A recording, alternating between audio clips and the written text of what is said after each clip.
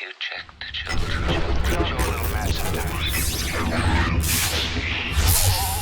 Hi, I'm Chucky. Wanna play? Sometimes. That is better. You're gonna need a bigger boat. Hey everyone, welcome to the Horror Show. I'm Cecil Laird. I'm M3GAN here. And we are here to do a review of the brand new Blumhouse release, M3GAN. Yeah. And they give an explanation about what the name means at one point in the film, but Indeed. Sure. Yeah, Indeed. M3GAN. For, M3GAN, yes. Easy marketing purposes. Right, and exactly. Also the first official partnership between the Atomic Monster and Blumhouse, as they're going to be working together in the future. And Well, they're in both sides are talks. excited They're about in that, talks so. to merge to form a super horror conglomerate, which by you know, honestly, if they do, I'm going to see what I can do to become a part of that. You know what I mean? Yeah, why the hell not, man? That'd be pretty sweet. But yes, so we are here to talk about M3GAN, and it is a January horror movie release. Not only that, but the very first week of January, this is a release. And what was funny to me leading up to the release was that reviews were starting to come out a couple days ago, and Jason Blum kept tweeting like, we're at a 94, we're at a 95. Like, you know, it's not many reviews. It went from like 18 to 20 and stuff like that. But as of the time I saw it, there was over 20 reviews, and only one of them was a negative review, or maybe two. But one of those was Lee McCoy from Drum Dums, which gave it like a 2.5 out of 5. So it's not even like a really negative review. And, you know, shout out to Drum Dums. You know, good for him for being a Rotten Tomatoes critic. You know, we have certain, because we're a group hosted channel, we have certain thresholds that we have to reach before we can attempt to do that. But nonetheless, overall, very positive thoughts on M3GAN leading up to it. So I was actually letting myself get a little excited. The trailers didn't make me overly excited about it, but the hype was starting to get me there. And I'll lead off and say, because we're going to do this review like we do our normal reviews, which is talk about our overall thoughts. Then we'll get into the story, the acting, the effects, all of that good stuff in turn. My overall thoughts were, I kind of loved this movie. I had such a good time with it. Like, it was, don't get me wrong, it's like a really awesome athlete was filled with Cheese Whiz right before playing on a game and still doing a good job. Because this movie did a good job in the majority of places, and it was still silly at times. It was like full of cheese, but it did a really good job with that cheese, in my opinion. I enjoyed this movie. I had a really good time. And it was not a overly long movie, so it's like an in and out kind of thing. And I really enjoyed M3GAN way more than I thought I was going to enjoy it. I'm right there with you, man. Yes. As I was walking in, I noticed on my AMC ticket, because I had an early screening possible for last night, and I was like, well, if it's the night before and I could see it closer to my house and save some gas and some time and everything, I ended up seeing it with the general audience today. And I saw it was PG-13, and I had never noticed. I thought for whatever reason it was an R-rated, but it was. Wait, real quick. It was R-rated. But they purposely trimmed it to be PG-13 because an article came out like 5 days ago saying they purposely trimmed it to PG-13 and they thought it was scarier. I call bullshit. And I think, honestly, though, considering everything, all that could have been enhanced were the kills. And I would have loved to have seen that. But in this particular movie's case, I think trimming it to a PG-13 is going to do it vast amounts of... Like, it's going to be way more successful being PG-13 because younger audiences for sure can watch this. And I honestly would let my, like, you know, I have a 6-year-old. I wouldn't let her watch it. But were she to be 13, maybe even 10 and above, 10, 12, I would still be okay with them watching this. Like, it's really a credit. It's one of the few examples I could say that trimming it back from the R, I think, actually benefits the movie. I personally would have loved the more gore, but I see why, and I'm not hating on it because I still really enjoyed the movie. Yeah, and as I said, man, I did too. And so when I saw that rating when I was walking into the theater, I was just like, oh God, I must have got the, you know, actual MPA's distinction confused. But yet, you know, within the first minute the tone that this movie is going for with that fake advertisement. Oh, for it's those, so like, great. Furby looking things or whatever the hell they were. And I was just like, okay, I'm hook, line, and sinker for kind of the darkly comedic and, skewering of commercialism vibe that this is going The for. very beginning, like, oh, did you lose? And I was like, Yeah. Jesus Christ. and the little poop pellets and all that and all that shit. Yeah. I dug the vibe right off the bat, and it wasn't just me. Like, there was laughter throughout the theater at various points in this Especially movie. the first singing moment. Yeah, that. But with the dog that's implied in the trailer, or I mean, there was a ton of them. Yeah, there was one in particular that made everyone laugh and stuff. Well, there actually two of them did, but yeah.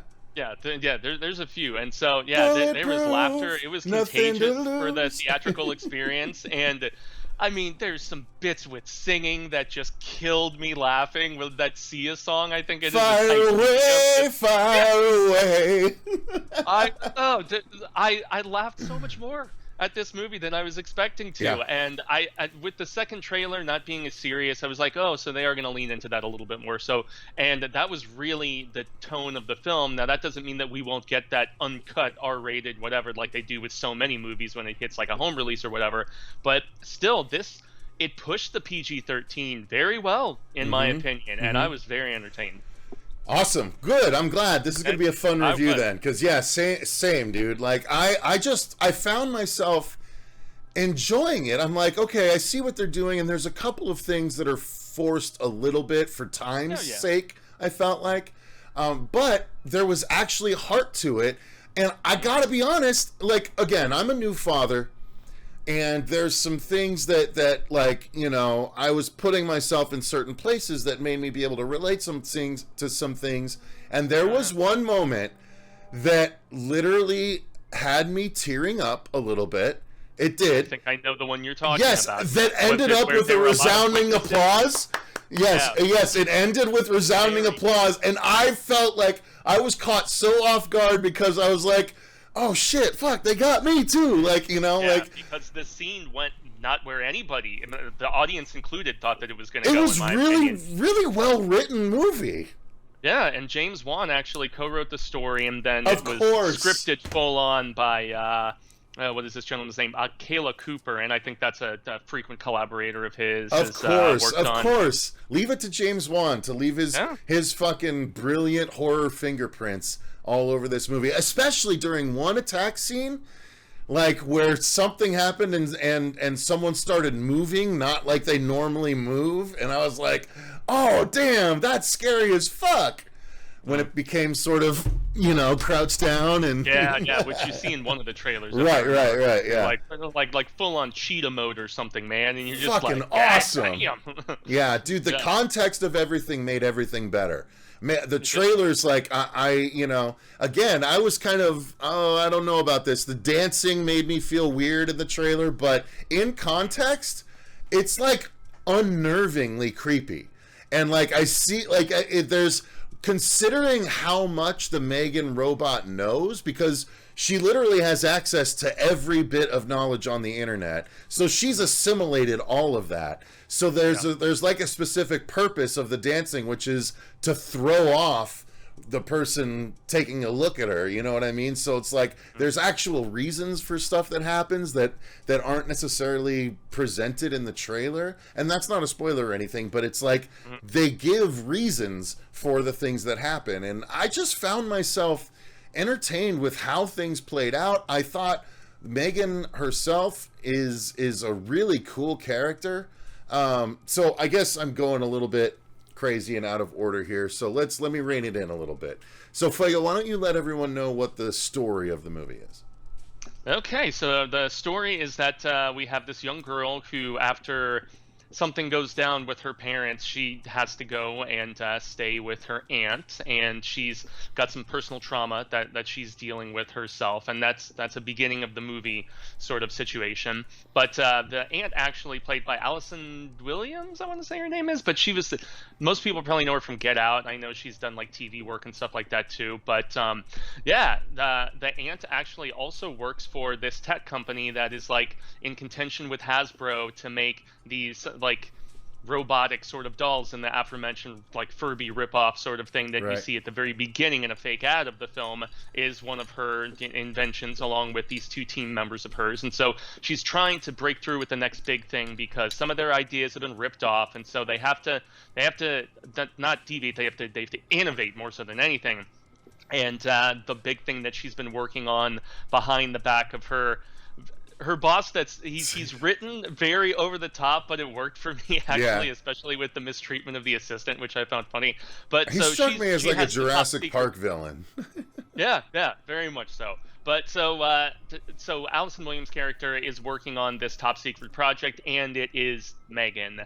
And so they're trying to work some kinks out initially, and in order to really do that, it has to pair itself with a child, and that's what we see in the trailers. And so she brings her niece to interact with the doll, and then M3GAN is taken home, and then I'm not even 100% of a specific catalyst with regards to a dog attack is what makes M3GAN start to turn evil, or if it was just an inevitability. But that happens early, and it's shortly thereafter that the things we see in the trailers start happening, and it's all being counterbalanced with the fact that they want to release this, and they're going to charge like 10 grand for these dolls, and yet they're trying to build the hype. They're going to do a live stream, all this different stuff. And so it's like, okay, is there increasing warning signs about this doll?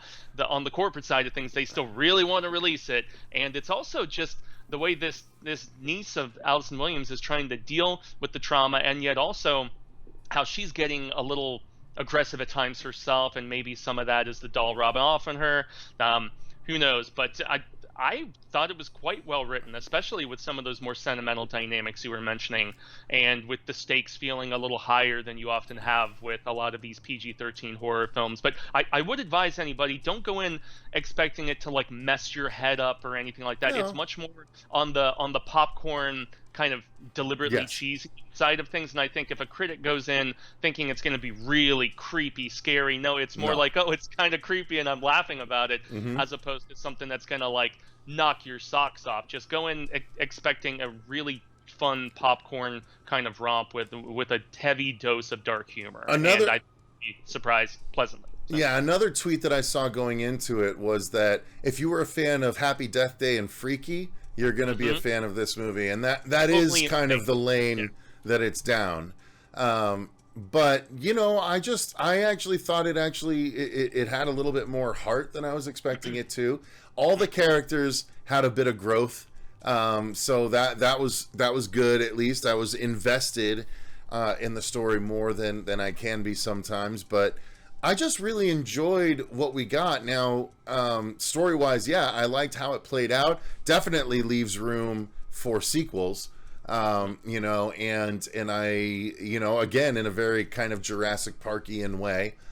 And I just really enjoyed everything that I got out of this film, surprisingly. So let's talk about the cinematography and the actual filmmaking of it all. I thought it was presented very well, and honestly, the filmmaking kind of ties in with the effects, because M3GAN herself was very much a mixture of animatronic and live action actresses.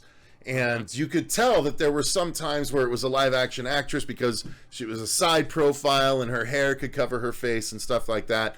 But a lot of the close-ups, the mediums and close-ups, were the animatronic doll. And there were times where I was like, wait, is that an actress wearing like an animatronic face, or is that all animatronic? Like, there was an interesting blurred line in this movie where sometimes I didn't quite know which it was. So considering that was the case through the whole thing, I was able to sort of buy into it in a certain way, because like there was this weird uncanny valley through the whole thing, and I just didn't quite know when it was an actress and when it was a animatronic, except for a few specific animatronic, the mouth only does this kind of moments. So effects wise, I was very impressed with it. Again, I would have loved to have seen the R-rated cut, because there are some cool kills, and I could definitely tell that certain shots were cut away from when there probably was more to be shown. So I'm hoping that this is one of those things that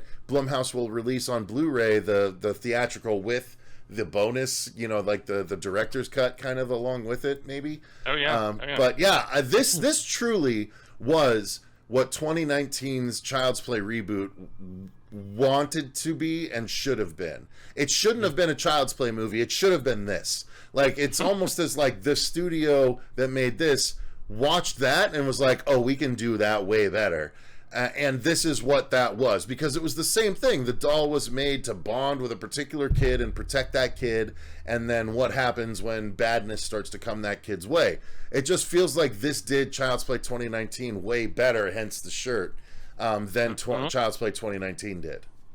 Yeah, I was impressed with the effects. They were fairly fluid, where I all too often, except for some very deliberately robotic-looking movement sequences, or maybe that was because there's a woman, a actress by the name of Amy Donald, who is credited for the physical performance. Right. And yeah, there were a couple bits where I could see that there was some digital enhancement going on, most notably with some of the facial expression bits. But aside from that, it fairly, I'm not going to say flawlessly, but pretty damn close to where it was tough all too often for me to see whether it was CG or actual actress or the animatronic sort of thing going down. And credit to the director too, Gerard Johnstone.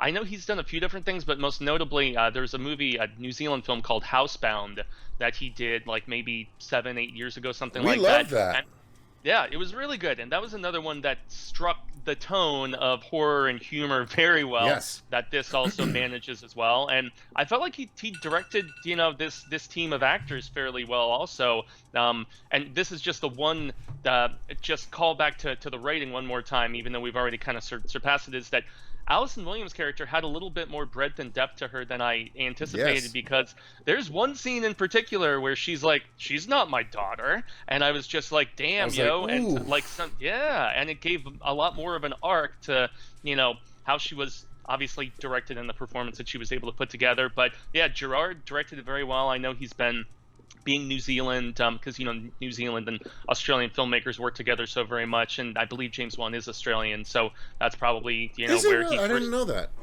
Yeah, he's an Aussie and pretty positive. So yeah, well directed, and I mean, even the way that even with the trim downs, with the edit and everything, I thought the kills were still effective, and also Agreed. the fact they didn't half-ass it with like, oh, this character gets maimed and they survive. It's like, nope, body bags. And I was like, okay, these people are getting put in black bags after the fact. So yeah, they very much went for it. And just to double down on what I said earlier, they pushed the limits of the PG-13, and there is even some blood where I was just like, wow, they got away with a PG-13. They didn't have to go with weird other colors of fluid or whatever with a scene where she's going around with this particular like paper cutter thing. I was like, all right, Yeah. okay. So yeah, well shot, and even the trimming down, I barely even noticed, aside from my inherent bloodthirstiness with movies like this. So yeah, it's one of those rare instances where like I definitely would appreciate extra blood, but I understand the reasoning for toning it back because there's not so many kills in this that it's like I really feel like I missed out on anything. And believe it or not, the kills, like just piggybacking on what you were saying, the kills in this were done well enough where you almost don't realize that it's cutting away from something. Like this is one of the movies that if you watch a director's cut, you'd be like, oh, there was more to that, but you don't feel like there's some PG-13s where you feel the extraction of the good stuff. In this one, you don't feel an extraction of the good stuff, right? No, there was something eerie about the power of the suggestion with regards to a few things that she does, especially with how it starts slower and then just gets a little more vicious. The M3GAN turn off became like a real thrilling point, at a certain point, and I really enjoyed the way this whole movie was kind of crafted. So yeah, I did too. Effects wise, yeah, I mean, it might as well jump into that. We've kind of touched on a little bit of it, but this was a mixture of a live action actress and animatronics, and they just did a really great job. And you'd think that something like this would pull you out of the movie at certain times, but the fact that it was kind of odd every time we saw her, just kind of odd in different ways. Like, when it was the main actress, they did such a good job of her moving like a doll that it, like, lends to the times when it's like a doll, but, you know, you know, so it all blends together very well. So I don't know. I don't know exactly how to explain it, but the effects were surprisingly effective. No, truly were. And even when you see like an earlier prototype of Allison Williams' character, Gemma, that she had down in her little, like, I guess, workspace area, this like big hulking thing that she had made back when she was in college, I even thought the design of that was cool. And it does come into play later in the movie, which I appreciated. And I was hoping so too. I was like, yeah, you're like, give it to me. Yeah, exactly.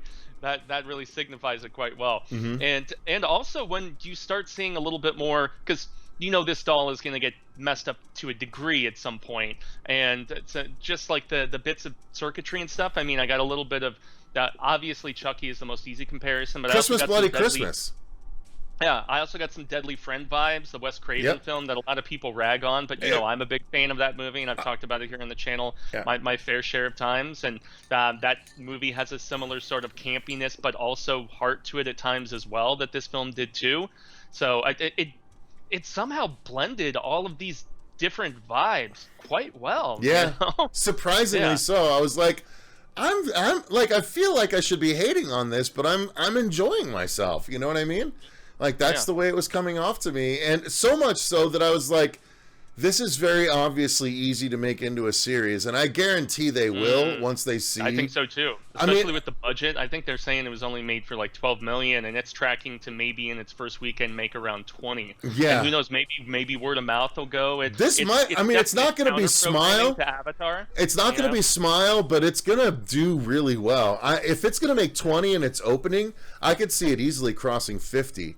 And if so, it's definitely going to get a sequel, because it's cool. Like, you know, M3GAN is, you see throughout the movie that she is logged in, so she's able to do a lot, including going up to a Bugatti or whatever and like having the door open and jumping in and it turning on and shit. Like, you know what I mean? Like, there's a lot of control of other devices at times. And imagine, like, you could do so much. Like, I would like to line up to do a M3GAN movie, because you could make it bigger, because, like, M3GAN could control a whole electronic complex, you know what I mean? Yeah. And it's like, have herself on a jumbotron at a sports game, you know, putting every human in the arena out of their misery. You know what I mean? Like, there could be so many cool things going forward from this particular thing. So with the fact that there's computers in pretty much every vehicle at this point, and you know, all throughout everybody's homes, like, we're talking they could maximum overdrive this shit. Tell me this didn't feel like an 80s 90s horror movie, but presented in 2023. It did to me. As homie was boasting at one point in the movie, he's like, the biggest technological advancement of the 21st century. Since the automobile, And something that one character does with some information stealing is really where they leave it wide open for how much bigger and crazier. That's what I was saying. That's the Barbasol can from Jurassic Park. Exactly. 100%, man. Yep. Yeah. Regardless of what goes down with that character. So, Right. Yeah, exactly. Well, that was interesting too, because I was like, "Ooh, where are they going to go with this?" And then I was like, "Oh, okay, so it's just up in the air and anyone can claim it, kind of thing. They can. It's what it is it's an alleyway the writer left for the story to move into a whole new arena."